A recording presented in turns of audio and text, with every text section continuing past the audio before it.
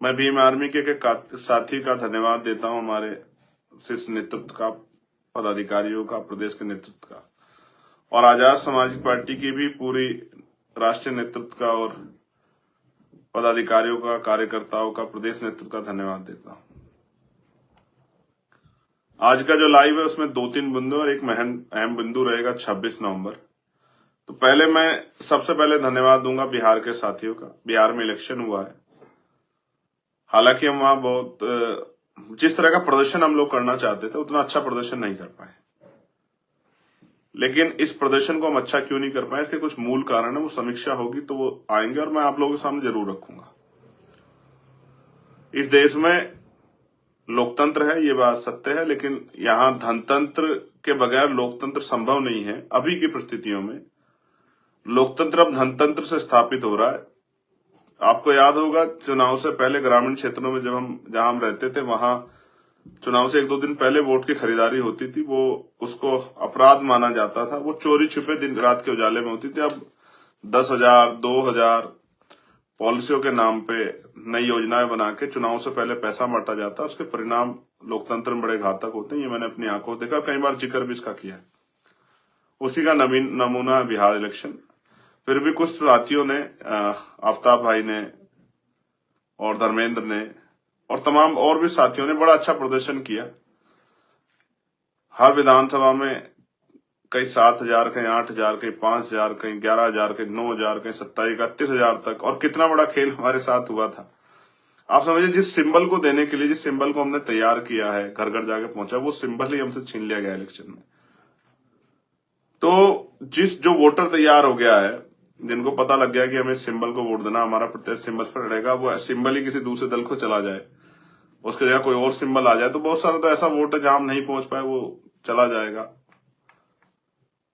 सारे दल सिंबल आधारित दल हैं भाई। अगर पंजा हो तो वो कांग्रेस का है, फूल हो तो वो भाजपा का है, और कोई सिंबल्स हैं वो उस पार्टियों के हैं। तो हमारा सिंबल जो था वो सिंबल ही चला गया था। एक बड़ा झटका था, लेकिन कोई बात नहीं, इन सब चीजों से फर्क नहीं पड़ता है। हम इसको, अपने संगठन को, तंत्र को इतना मजबूत बनाएंगे कि भाई सिंबल जाए या कुछ भी जाए, लेकिन जो हमारे साथ खड़ा है वो हमारे साथ ही रहेगा, क्योंकि हम मेहनत करके यहां तक आए हैं। तो मैं बिहार के नेतृत्व का, बिहार की पूरी टीम का, बिहार के सभी जिला अध्यक्षों का, उन सभी कार्यकर्ताओं का, उन माताओं बहनों का, जिन्होंने 1.5 लाख से ज्यादा वोट हमारी पार्टी को और हमारे अलायंस को वोट किया, उन सभी वोटर्स का बहुत बहुत धन्यवाद करता हूं। सपोर्टर्स का भी धन्यवाद करता हूं। हमारे प्रयास में कुछ कमी है, हम लोग उसको दूर करेंगे, मैं आपको वादा करता हूं। सम्मानित साथियों, मैं आज का लाइव शुरू करूंगा दिल्ली में जो बम धमाका हुआ, जिसमें कई लोगों की जान गई। बाबा साहब अम्बेडकर ने कहा था, हम प्रथम और अंत्य भारतीय। और ये मिट्टी हमारी मिट्टी है। इस मिट्टी पे जब कभी कोई भी अन्याय होगा, अपराध होगा, तो मेरे जैसा एक राष्ट्रभक्त तो चुप नहीं बैठेगा। और राष्ट्रभक्ति का मतलब सिर्फ भारत माता की जय के नारों से नहीं होता है। राष्ट्रभक्ति जब देश में तमाम तरह की चीजें पैर पसार रही होती हैं, उनके खिलाफ लड़ना भी राष्ट्रभक्ति है। गरीबी के खिलाफ लड़ना, बेरोजगारी के खिलाफ लड़ना, महंगाई के खिलाफ लड़ना, सामाजिक न्याय के लिए लड़ना, ये भी राष्ट्रभक्ति है। क्योंकि राष्ट्र चंद व्यक्तियों से मिलकर नहीं बनता। राष्ट्र एक समूह होता है जिसमें अनेक जाति धर्म के लोग भारत के अंदर रहते हैं, जिनकी संख्या 140 करोड़ से ज्यादा है।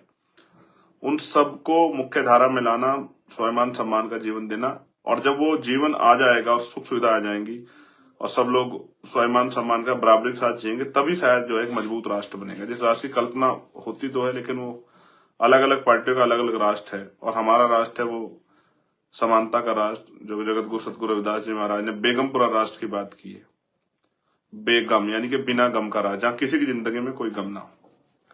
तो प्यारे साथियों, मैं उन सभी को श्रद्धांजलि अर्पित करता हूं, नमन करता हूं उन परिवारों को जो जिन्होंने अपने खोए हैं, उनके प्रति संवेदना प्रकट करता हूं। जो आज हमारे बीच नहीं है, उन सबके लिए भी। और मैं सरकार से, मैंने लेटर लिखा, मांग करता हूं कि इस आतंकवादी घटना में जिनकी जान गई है, उनके परिवार को संभालें, उनको सहयोग करें, और एक सरकारी नौकरी उन परिवारों को दें जिन परिवारों ने अपने खो दिए, क्योंकि ये सरकार का फेलियर है। इसका जवाब होम मिनिस्टर को, दिल्ली की सरकार को, प्राइम मिनिस्टर को देना चाहिए कि आतंकवादी इतना बड़ा अपराध कर देते हैं और हमें अपराध होने के बाद खबर लगती है।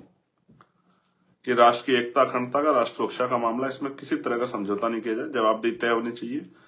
उन अधिकारियों पर भी कार्रवाई हो जिन पर लापरवाही, वो कहां से आए, कैसे आए, और हमारे बॉर्डर सुरक्षा कैसी है, और यहाँ कैसा किस तरह की हमारी व्यवस्थाएं हैं कि कोई भी आतंकवादी मुंह उठा के चला आता है और इतना बड़ा हमला कर देता है। इस पर मैं कोई इफ बट नहीं है। उन पे इतनी सख्त कार्रवाई होनी चाहिए कि उनकी पीढ़ियां कांप जाएगी दोबारा किसी तरह से हमारे लोगों की जान लेने से पहले या हमारे लोगों पर हमला करने से पहले। और ये कहा गया था सरकार के द्वारा कि अब कोई भी हमला होगा तो उसको एक्ट ऑफ वॉर माना जाएगा, यानी कि उसको माना जाएगा कि जंग है, और जंग में उसी तरह का सलूक किया जाएगा जिस तरह का साथ जंग में विरोधियों के साथ होता है। कहा गया था ऑपरेशन सिंदूर रुका नहीं है। मुझे नहीं पता कि सरकार क्या कर रही है, लेकिन ये राजनीतिक मुद्दा नहीं है मेरे लिए, इसलिए मैं सरकार से आग्रह करता हूं कि वो कठोर कदम उठाए, क्योंकि मैं नहीं चाहता कल कहीं और बम धमाका हो। आज कश्मीर में भी हुआ है, मैं उनके प्रति भी अपनी संवेदना प्रकट करता हूं, और जो दोनों हमलों में जो घायल है उनके अच्छे स्वास्थ्य की मंगल कामना करता हूं। सरकार से मांग करता हूं कि उनका अच्छा इलाज कराएं, और जो लोग हमारे बीच में उनके परिवार को मुआवजा दो, कम से कम एक सरकारी नौकरी उस परिवार दो, क्योंकि आपके फेलियर की वजह से हुआ। ये प्राकृतिक मौत नहीं है, ये हमला हुआ है, और ये इसमें लापरवाही, घोर लापरवाही सरकार की है। दूसरा इंपोर्टेंट जो है, ये इंपोर्टेंट आप इसलिए सुन लीजिए, फिर मैं आपसे व्यक्तिगत बात करूं, अपने दिल की बात। प्रधानमंत्री मन की बात करते हैं, मैं आपसे दिल की बात करूंगा, जमीन की बात करूंगा, हालात पे बात करूंगा, वर्तमान में बात करूंगा, और आपकी बात करूंगा। मन की बात नहीं, आपकी बात। SIR शुरू हो गया है, स्पेशल इंटेंसिव रिवीजन। आप समझिए कि जो वोट हैं उनकी जांच होगी, और ऐसे में सबसे बड़ा खतरा उन वोटर्स पे आएगा जो वोटर्स दूसरे जिलों में, दूसरे प्रदेशों में जाके काम करते हैं। तो जो वहां जागरूक लोग हैं, और स्पेशली बीमारी में आजाद समाज पार्टी के जो बूथ के कार्यकर्ता हैं, जो ग्राम पंचायत के कार्यकर्ता, मैं उनसे आग्रह करूंगा कि वो घर घर जाके एक एक वोट को वेरीफाई कराने का प्रयास करें। एक भी वोट कटना नहीं चाहिए, जो जायज वोट है, और जो फॉल्स वोट उनके यहाँ बने उनको कटवाने में भी अपना योगदान करें, क्योंकि हम वोटर लिस्टें देख रहे हैं किस तरह से एक एक वोट कई जगह पे जो है विपक्ष के लोगों ने दिखाया, कई कई जगह बनी हुई है। ये बड़ा चिंता का विषय है, हमें समझना पड़ेगा। बड़ी बड़ी बिल्डिंगों में हम लोग नहीं जा सकते, बड़ी बड़ी सोसाइटियों में, और वहां हजारों हजारों वोट पड़ते हैं, वो उनमें कितने लोग रहते हैं, कितनों के वोट बने हुए, कहाँ के लोग वोट बने, किसी कुछ नहीं पता है। तो नजर रखनी है, सतर्क रहना। इस SIR के समय में कोशिश करनी है कि हमारे वोटों के साथ चोरी ना हो, क्योंकि उत्तर प्रदेश का निर्णायक चुनाव हमारे सर पे है, जिसके लिए हम 2022 से तैयारी कर रहे हैं, जिसका एक नमूना हम लोग 2024 में नगीना और डुमरियागंज में दिखा चुके हैं, पूरे उत्तर प्रदेश में दिखाना है। प्यारे साथियों, दो चीजें हो गई। अब सबसे महत्वपूर्ण जो है आपके लिए वो है 26 नवंबर। 26 नवंबर इस तरह समझिए कि 26 नवंबर यानी कि संविधान दिवस। 26 नवंबर हमारे लिए किसी त्योहार से कम नहीं, आप इस बात को भी समझिए। क्या है 26 नवंबर? 26 नवंबर 1949 को भारतीय संविधान संपूर्ण हुआ, उसको सौंप दिया गया। और संविधान की वजह से हमें क्या मिला है मुझे बताने की जरूरत नहीं है। देश की महिलाओं को, देश के नौजवानों को, तमाम कमजोर वर्गों के लोगों को, किसानों को, मजदूरों को क्या क्या मिला है, महिलाओं को, ये मुझे बताने की जरूरत नहीं है।